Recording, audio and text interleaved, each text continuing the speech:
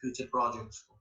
तो बजटेरी एस्टिमेट के अंदर ये यूजुअली कब होता है, जब प्रोजेक्ट से 1-2 साल पहले, और इसके अंदर कहते हैं कि आप अपना पूरा एक जितने पैसे होते हैं बजटेरी प्लान में वो सारे के सारे डॉलर्स पुट करते हैं, जिसके बेस के ऊपर आप जो आपके पास इन हैंड अमाउंट है या जितनी आप प्रेडिक्ट कर रहे हैं उसके हिसाब से फिर आप इन्वेस्टमेंट प्लान अपना बनाते हैं। ये जो एक्यूरेट इसके अंदर जो एक्यूरेसी है बजटेरी प्लान के अंदर कास्ट एस्टिमेशन के अंदर, वो तकरीबन उसी तरह से -10% से लेके +25% तक की होती है। अगर 100 के ऊपर वो 90 में भी कंप्लीट हो सकता है, वो 125 में भी हो सकता है। इसी तरह डेफिनेटिव के ये वो जो थर्ड फॉर्म है जहाँ पे आपके पास तकरीबन पिक्चर क्लियर होती है, और इसको आप अराउंड जब वो स्टार्ट कर रहे होते हैं या जब प्रोजेक्ट को टेक अप कर लिया जाता है, फिर उसके बाद आप उसका कॉस्ट एस्टिमेशन करते हैं। तो जहाँ पे आपके पास मुकम्मल डिटेल होती हैं परचेजेस की, और एस्टिमेट होते हैं एक्चुअल कास्ट वगैरह के जितने भी इक्विपमेंट चाहिए उसके लिए। तो इसके अंदर भी कहते हैं कि थोड़ा बहुत स्लिपेज की चांसेस होते हैं, और ये अराउंड -5 से +10 5% तक की एक्यूरेसी होती है इनके अंदर।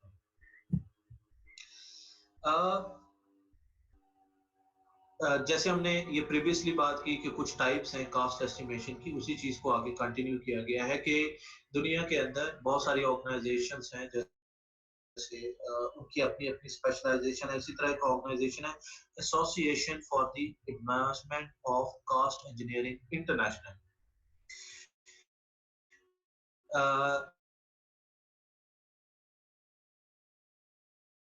ये सिविल इंजीनियरिंग का ज्यादातर करते हैं, लेकिन ओवरऑल जितनी भी इंजीनियरिंग है उनकी मिलती जुलती है कास्ट एस्टिमेशन।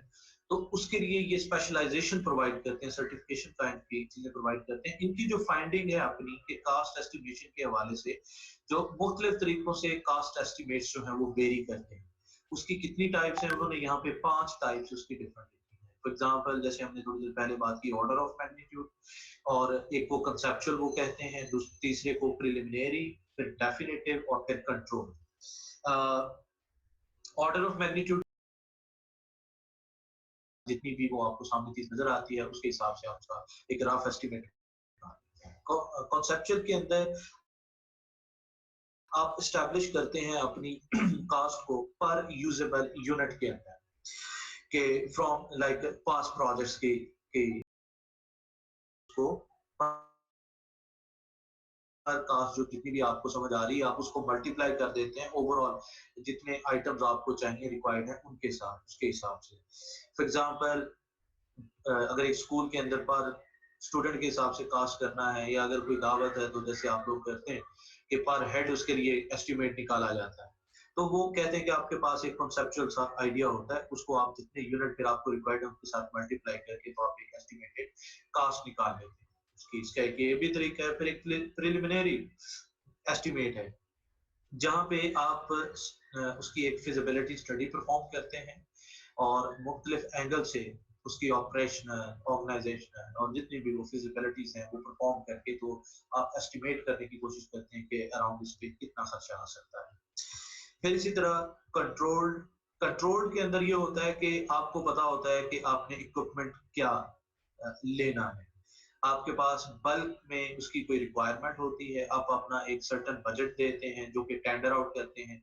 तो अब इसको आप एक कंट्रोल्ड वे में अपने बजट को जो है वो एलोकेट करते हैं कि हमारा इतना बजट है, इसके इस बजट के अंदर रहते हुए फॉर एग्जांपल हमें स्टेशनरी या कंप्यूटर या लैब को एस्टैब्लिश करना है, तो वो आप देते हैं और उसके अगेंस्ट आपको लोग अपना अपना पे बिड प्रोवाइड करते हैं और वो कास्ट एस्टिमेशन हो जाती है। डेफिनेटिव के अंदर फिर आप हर एक ईच डिटेल के अंदर जाते हैं और हर इक्विपमेंट की हर यूनिट की अलग अलग से कास्ट एस्टिमेट करके तो डेफिनेटिव किस्म की कास्ट आप फिगर आउट करते हैं हर यूनिट के लिए। तो कहते हैं कि मुख्तलिफ कास्ट एस्टिमेशन की टेक्निक्स हैं। इसी तरह cost estimates are usually done at various stages of a project should become more accurate as time progresses। कि जैसे जैसे टाइम गुजरेगा चीजें उसके अंदर जो हिडन है वो भी मतलब क्लियर होती चली जाएंगी, और जितनी भी कोई डेफिशिएंसीज हैं या कोई कंटिजेंसीज हैं वो अपेयर होती चली जाएंगी, तो जो आपका प्रोजेक्ट का एस्टिमेट है वो क्लियर होता चला जाएगा। A large percentage of total project cost are often labour cost, लेकिन कहते हैं कि जो ज्यादातर हिस्सा ओवरऑल प्रोजेक्ट्स का है वो काम करने वाले बंदों के ऊपर ही लग रहा होता है, जिसको हम फुल टाइम किसी एक बंदे को हम डिफाइन करने के लिए कास्ट एस्टिमेशन में फुल टाइम इक्विवेलेंट भी कहते हैं, एफटीई स्टाफ भी कहते हैं। कहते हैं कि एक कंपनी है north west airline reservation system, वो अपना एक रिजर्वेशन सिस्टम जो है ना बनवाना चाह रहे हैं। उसके लिए वो एस्टिमेट कर रहे हैं कि कितने एफटीईज रिक्वायर्ड होंगे उन्हें डिपार्टमेंट वाइज। डिपार्टमेंट है उनके पास अपने जो इंटरनल है वो इंफॉर्मेशन सिस्टम्स, मार्केटिंग और रिजर्वेशन। इस तरह अलग से अगर उन्हें जहाँ पे कॉन्ट्रैक्टर्स रिक्वायर्ड होंगे तो अलग से उनकी एक डिपार्टमेंट बनानी है। कहते हैं कि ये 5 साल का अगर प्रोजेक्ट है तो इसके अंदर आपको कितने एफटीई रिक्वायर्ड होंगे। ईयर 1 के अंदर इंफॉर्मेशन में 24, 2 में 31, 3 में 35 एंड सो ऑन। ओवरऑल 5 साल में इंफॉर्मेशन सिस्टम में जो एफटीईज है वो 116 तक का जो लेबर है वो बनती है। और इसी तरह से फिर आप उनकी लेबर कास्ट पर यूनिट के उनकी वेजेस के हिसाब से निकाल लेंगे।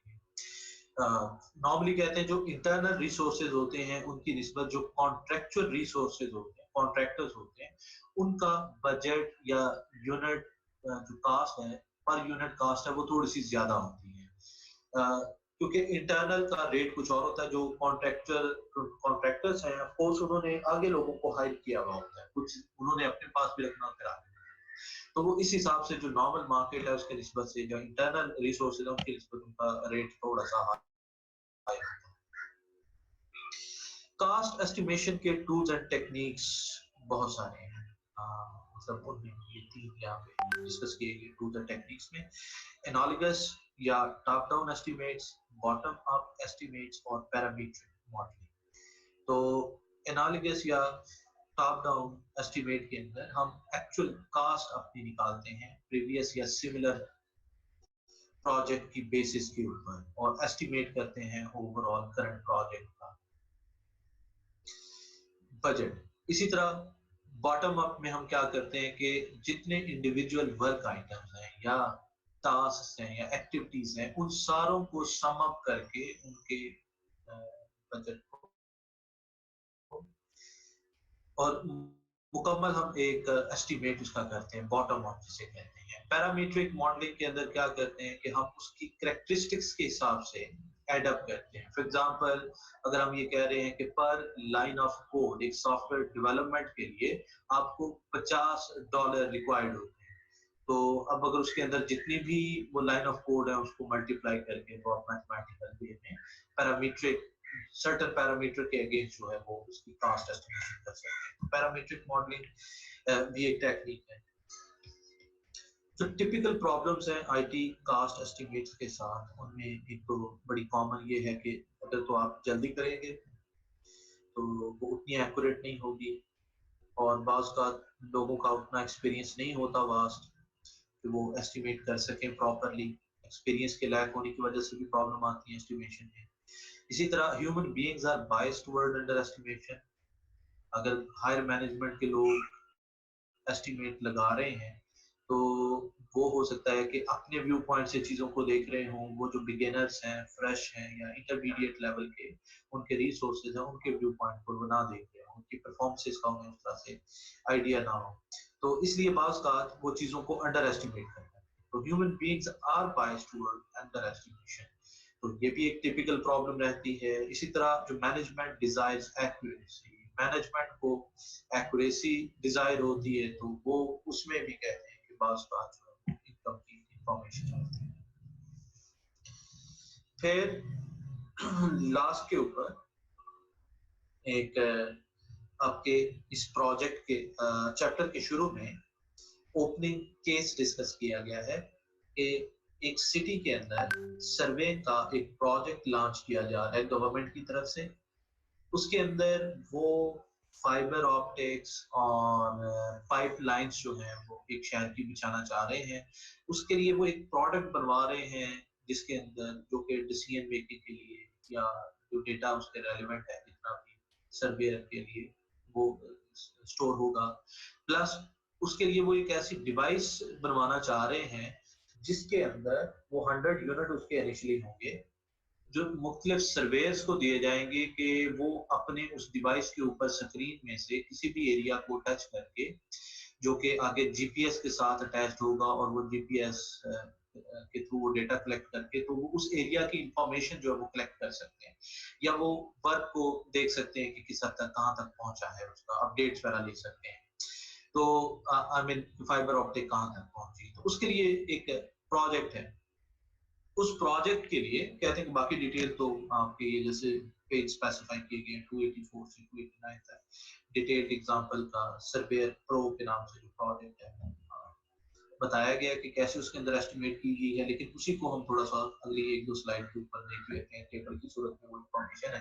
कहते हैं कि before creating an estimate, know what it will be used for, greater as much information as possible, and clarify the ground rules and assumptions for the estimate, कि जितनी उसकी पॉसिबल डिटेल्स हैं वो आप पहले समझ लें, उसके मुताबिक अपने WBS को सामने रख के उसको कैटेगराइज करके उसको एलोकेट करें बजट, और फिर एक मॉडल करें उसको, उसके नतीजे में एक कास्ट जो है वो अपना एस्टिमेट बना लें। जैसे वही surveyor pro project cost estimation यहाँ पे दी गई है कि आपने अपना WPS एक साइट के ऊपर डिफाइन किया, उसके जो मेजर आइटम्स हैं लाइक प्रोजेक्ट मैनेजमेंट है, हार्डवेयर है, सॉफ्टवेयर है, टेस्टिंग है, ट्रेनिंग एंड सपोर्ट और रिजर्व्स हैं। जो प्रोजेक्ट मैनेजमेंट है उसके अंदर आप देख रहे हैं कि एक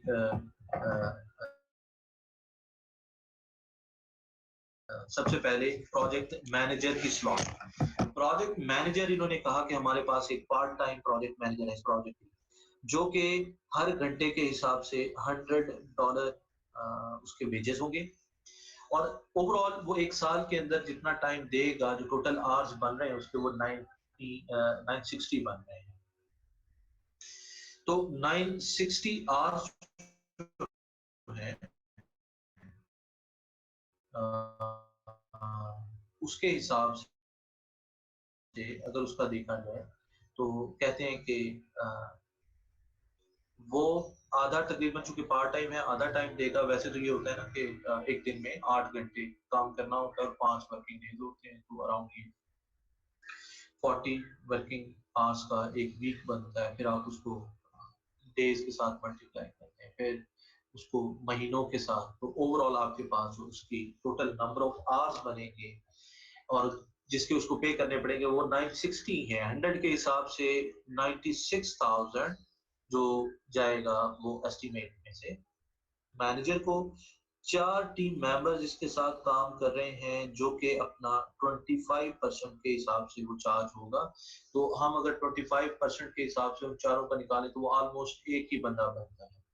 तो वो एक बंदे की अगर हम यूनिट निकालें उसी प्रोपोर्शन से, तो वो 1920 आवर्स बनते हैं ओवरऑल 12 महीनों के, और एक घंटे का वो $75 उनकी वेजेस हैं। तो ये कलेक्टिवली बनेंगे 1,44,000 ऑलमोस्ट। और जो कॉन्ट्रैक्टर को 10% पे करना है वो तकरीबन $66,300 है। तो ये टोटल तीनों अमाउंट मिला के प्रोजेक्ट मैनेजमेंट की ये तकरीबन $3,06,300 कुछ बनेंगे।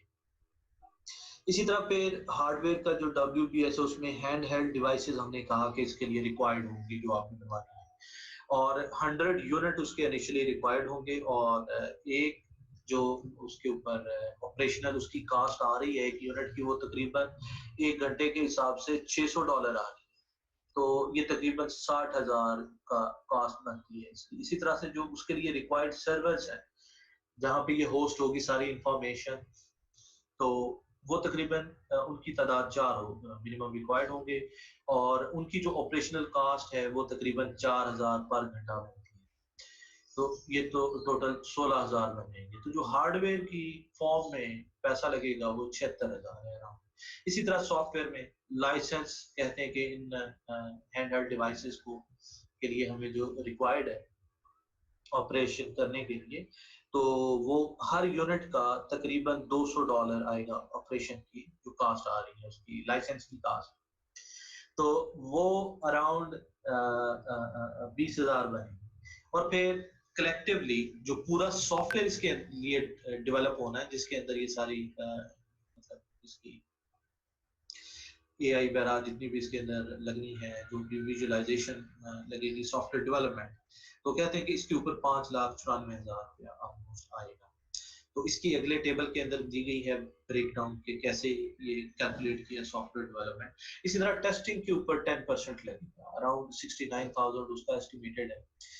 और इसको ऑपरेट करने के लिए आपको इनिशियली ट्रेनिंग रिक्वायर्ड होगी। जो बंदे आपने पहले सेलेक्ट करने हैं उनको ट्रेन किया जाएगा और वो फिर आगे उसको पास ऑन करेंगे। तो जो टोटल ट्रेनिंग कास्ट आ रही है पर यूनिट, और उसमें 100 यूनिट को अगर देखें तो 500 के हिसाब से 50,000 रुपया लगेगा। इवन अगर जो बंदे उनको ट्रेन करने के लिए आ रहे हैं या ये लोग ट्रेन होने के लिए जा रहे हैं किसी जगह के ऊपर, तो उनके लिए जो ट्रैवलिंग कास्ट आ रही है 12 के हिसाब से, यूनिट के हिसाब से, और 1 घंटे का 7,000 लगेगा, तो 8,400 तो ये ट्रेनिंग के ऊपर लगेगा 12 की।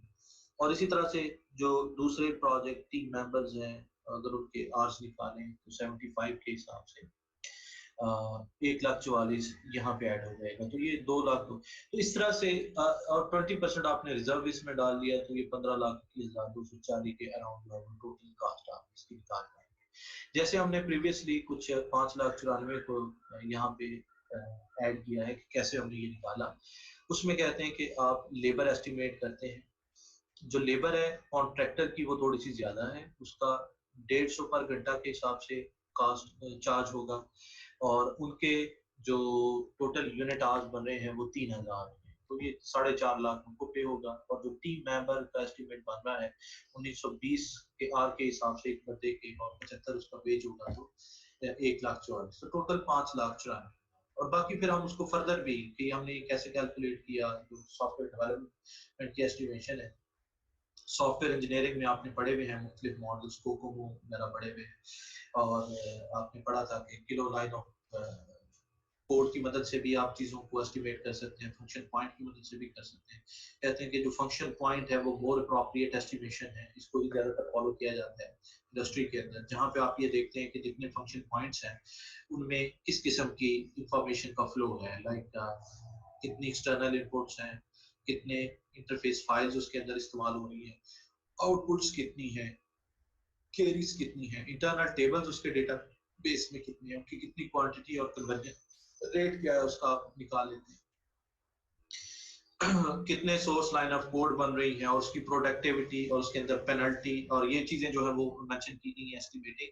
जैसे ये बॉटम के अंदर देख रहे हैं, रेफरेंस है, एक पेपर है जिसमें से ये सारी फाइंडिंग्स ली गई हैं। वैल्यूज लाइक प्रोडक्टिविटी फैक्टर 3.13 और पेनल्टी फैक्टर जो है वो 1.72, 1.72।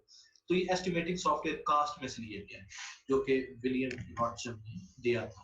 तो कहते हैं कि इस तरह से आप अपने ओवरऑल एक प्रोजेक्ट का, जो सॉफ्टवेयर डेवलपमेंट प्रोजेक्ट का कास्ट एस्टिमेट कर सकते हैं।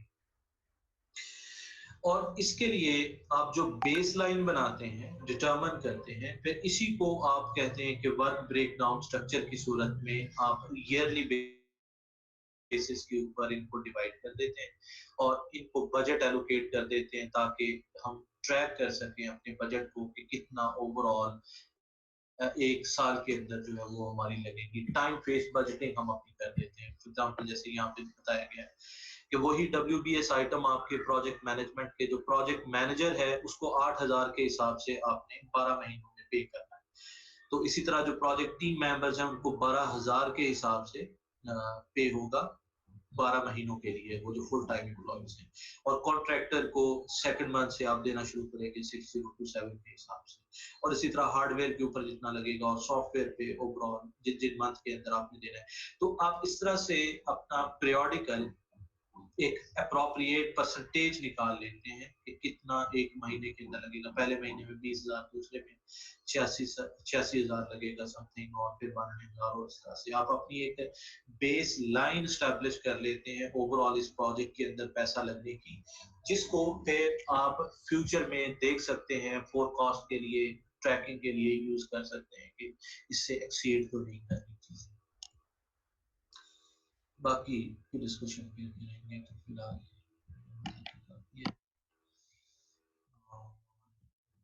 हेलो।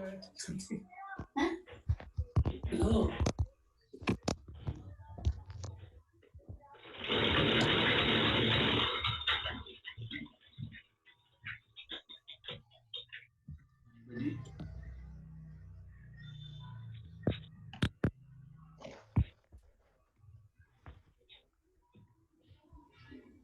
हसनैन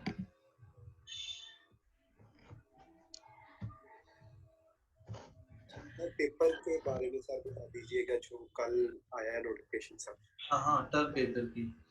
अच्छा यार उसके में टर्म पेपर के अंदर बेसिकली अभी उसकी कोई डिटेल्स वगैरह तो नहीं आई। टेक्निकली उसमें आप यूँ समझिए कि जितना आपने ओवरऑल कोर्स लर्न किया होता है ना, उसकी बेस के ऊपर आपको एक इस तरह की केस स्टडी या एक इस तरह की प्रॉब्लम दे दी जाती है, जिसको अप्लाई करना होता है। ये बिल्कुल ऐसे ही है जैसे आपकी चैप्टर वाइज़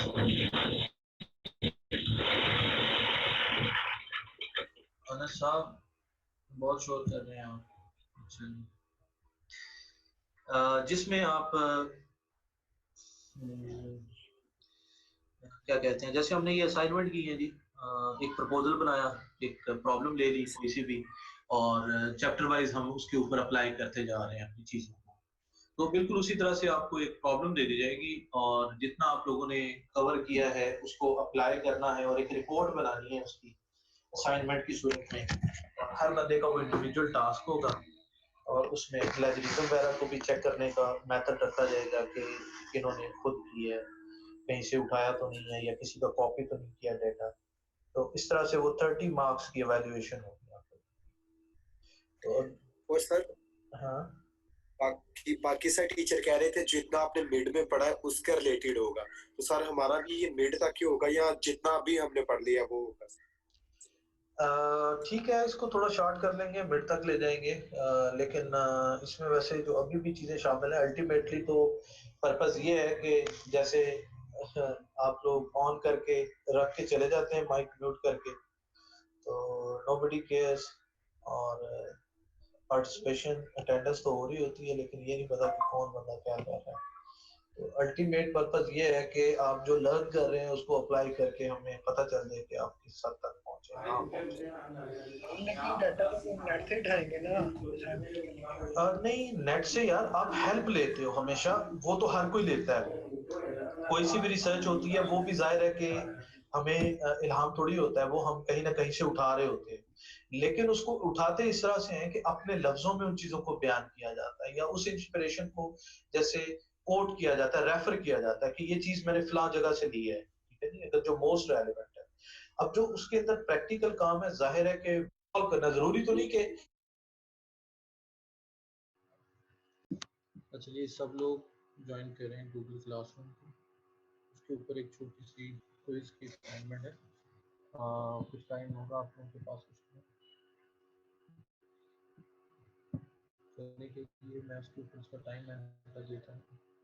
तो इमीडिएटली आप लोग